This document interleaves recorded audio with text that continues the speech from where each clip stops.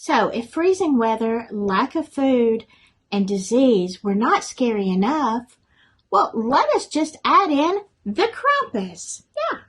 And you better watch out because this guy will throw you in a basket and drag you straight to hell.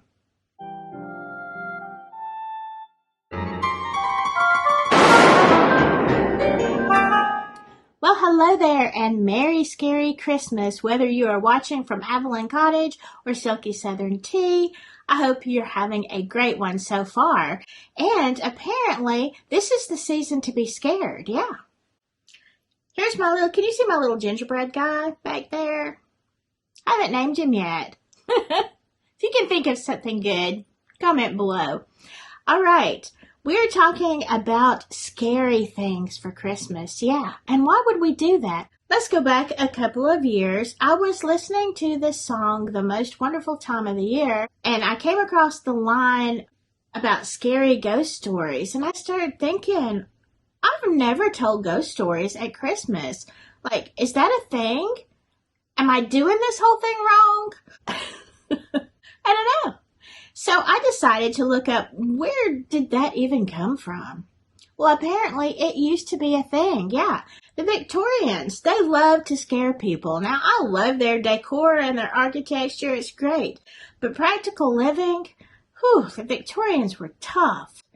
And, so here you go. You had infant mortality, you had childhood diseases, people didn't live that long. So let's make life a little bit scarier, okay? It's not bad enough. And the way this came about was, it was winter time, so it gets dark early. And, back then you didn't have TikTok and Instagram and Facebook and YouTube and all that. People just sitting around in their house by candlelight. Well, what you gonna do?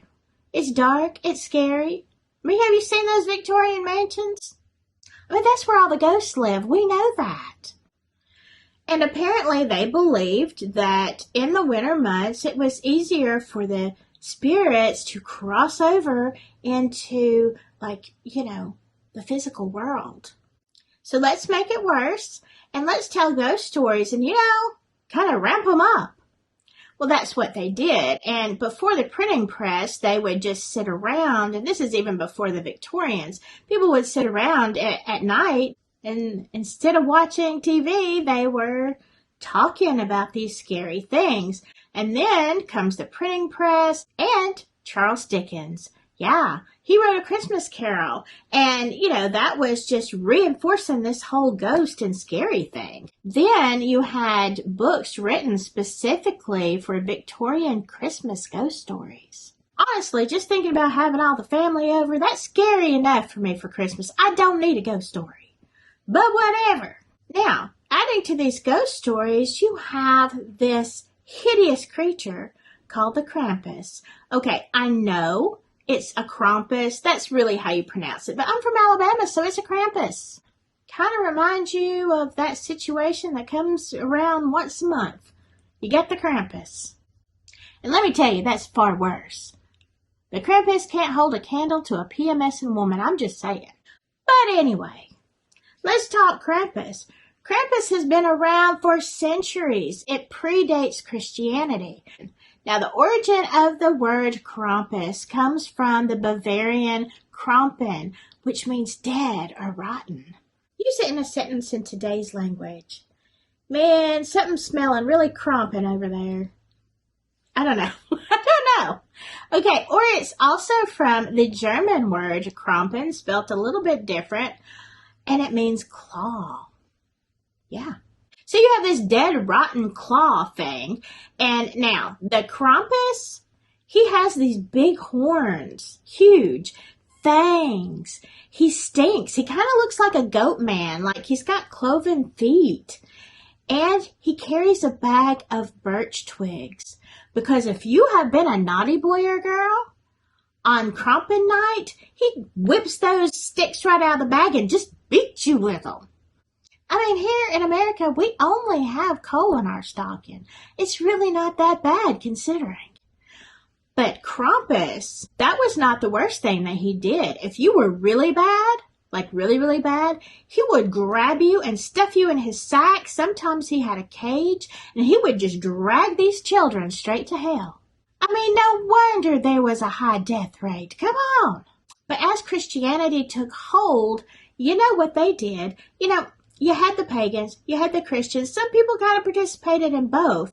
And it seemed to the people that the pagans were having much more fun holidays than the Christians were.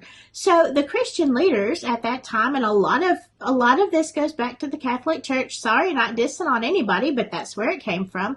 They were like, people seem to enjoy this, and they're not loving our holidays so much, so what can we do? Well, they just Christianized everything. The tree, the Yule log, all that. And if you want to hear about it, we'll go into that another day. But they wanted to kind of combine the holidays because honestly, Jesus wasn't born on December 25th. I mean, if you go back in history, you'll see that. But it was very convenient for the church to join with the pagans. And then they kind of just say, y'all, it's fun to be a Christian too. It was a marketing tool. I mean, we wouldn't do that today, would we? But anyway, Krampus was really big in the Alpine area. And then at around the 11th century, we have St. Nicholas entering the scene. So what the Christian leaders did is they kind of turned the Krampus into the Christian devil.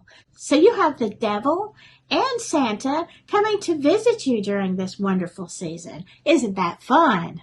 Now in Europe, they have a feast of St. Nicholas on December 6th, and that is a big Christian holiday. So what they decided to do is they decided December 5th would be Krampus night, and that would be when the Krampus came out and, wreaked havoc. And if you lived through that, then you would be able to participate in the celebrations on the 6th. See, it all works out. So then it kind of morphed into Santa and Krampus coming together. Yeah, Santa would be there out in the front handing out goodies, oranges, nuts, treats. And if Santa looked at you and didn't give you anything, then the Krampus would come up behind his shoulder and, start beating you with something. It was a scary time for kids. But now, by the end of the 19th century, this was kind of waning. People weren't that interested in a Krampus. I mean, go figure. Actually, in the 1930s, Krampus was kind of banned by the Dollfuss regime. I hope I'm saying that right. And then also the Christian Socialist Party, they wanted to outlaw this whole Krampus thing, which, I'm not arguing with that. But apparently, people still like Krampus, so by the end of the 20th century, Krampus was starting to make a comeback. So now, there are big Krampus events, even here in the States. I saw a Krampus run. I think for us, it was like a marathon, which is pretty scary, in my opinion, also. But some people like it. A Krampus run in Europe is where they all wear these wood-carved masks, like they're very elaborate and scary. And they run through the streets, and they scare kids and adults, and it's a fun time to be had by all, apparently. Well, in 2019, in Bavaria, on a Krampus night, things got a little bit out of hand, and it made the newspapers because you had all these drunken Krampus running around and, wreaking havoc. It was a big old mess. But they didn't stop the Krampus run, so there you go. So now you have Krampus popping up here and there. And I'm just saying, keep your old Krampus, okay? We've got the Grinch. He might, steal your presents and your food, but he's not going to put you in a basket. We might get coal, but we don't get beaten by birch sticks. I don't think Krampus is for us. But that's just my opinion. If you want to be visited by the Krampus, I guess, enjoy. Now, if you think that the Krampus is the only scary creature, you would be wrong. There are a ton of monsters for Christmas. Thankfully, they're all in Europe. But if you want to hear about those, I will be talking about some other scary Christmas traditions in other parts of the world. And I'm going to keep these videos short because I know everybody's busy at Christmas and, we've all got holiday stuff. I I'm just here to terrify you. And, maybe make you glad that you're not dealing with some of this stuff. I hope you have a great week. I hope you learned something. And comment below, do you think that we should, here in the States, incorporate Krampus? Because, I think we've got enough pain and misery. But have you seen the price of eggs lately? Or give me a suggestion for a name for this little guy. Anyway, I will see you next time. I'm going to be dropping videos at different times because of Christmas. So, I hope you have a great week. And for goodness sake, stay silky.